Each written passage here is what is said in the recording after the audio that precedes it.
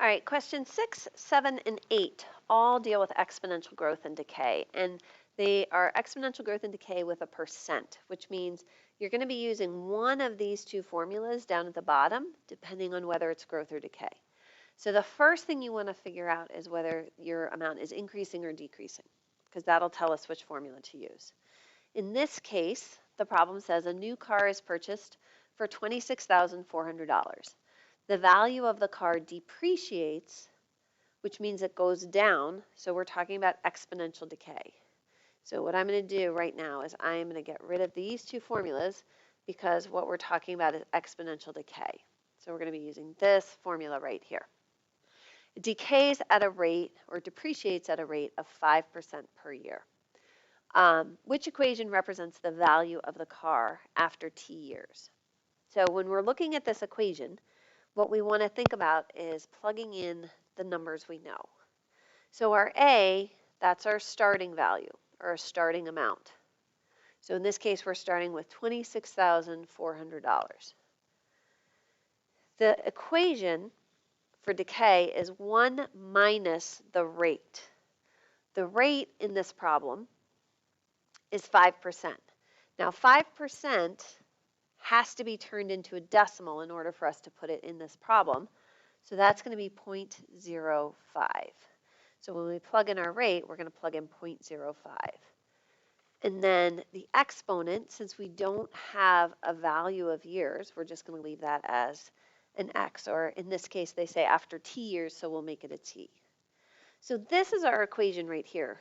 When you look at that, it doesn't match either of these two problems because the final equation they've given us has simplified this part right here. So if we think about this and we go to simplify it, we've got our $26,400. And if we do 1 minus 0.05, that's going to give us 0.95. So the equation it matches is going to be this one. Another thing to think about is when you are decaying, or when your formula is decaying, that means it's getting lower. It's getting smaller. So this amount in your parentheses needs to be less than 1 in order for it to be decaying. Anytime you have a number that's greater than 1 like this, that shows growth. So that's another hint for you too. All right, let's look at another problem. So here we go. $7,600 is placed in a savings account with an interest rate of 6%. If no money is added or removed from the account, which equation represents how much money will be in the account after 7 years? So this question, you have to know that when you have money in a bank account and it's earning interest, that means it's growing. So we're going to use our exponential growth formula, which will be this one. All right, so let's plug in our numbers. We have our starting amount, which is going to be $7,600. It is growing, so it's going to be 1 plus our rate. Our rate is 6%. Remember, 6% has to be turned into a decimal, 0.06. That's what we'll plug in here. And we want to know how much it will be after 7 years. So we're going to use an exponent of 7. Now again, doesn't match. We have to simplify this part right here. So when we look at this, we're going to have y equals $7,600. And when we do 1 plus 0.06, we get 1.06 for 7 years, which just shows us that this is going to be the equation we use.